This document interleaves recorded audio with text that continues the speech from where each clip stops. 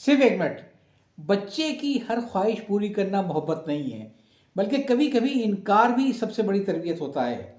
لیکن اصل امتحان تب آتا ہے جب بچہ انکار پر بدتمیزی پر اتر آئے. یاد رکھیے، اس لمحے آپ کا غصہ نہیں، آپ کا ضبط بچے کی شخصیت کو بنا رہا ہوتا ہے.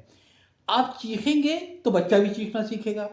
اگر آپ توازن رکھیں گے تو بچہ خود پر قابو پانا سیکھے گا.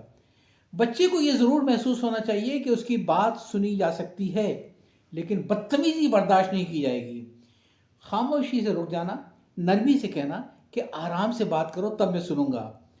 یہ خود پر کنٹرول کی تربیت ہے. نہ دھمکی دے نہ فوراً مان جائیں، بس اصول واضح رکھیں اور جو کہیں اس پر قائم رہیں.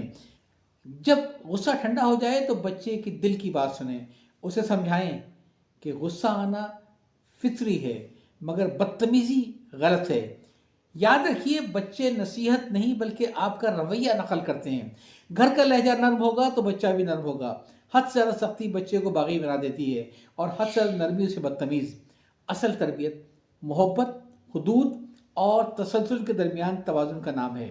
آخر میں ایک بات، جو بچہ آج نہیں کہنا سیکھ لیتا ہے وہی کل زندگی میں غلط کہنے کی ہمت رکھتا ہے. یاد چاہتا ہوں. اللہ حافظ.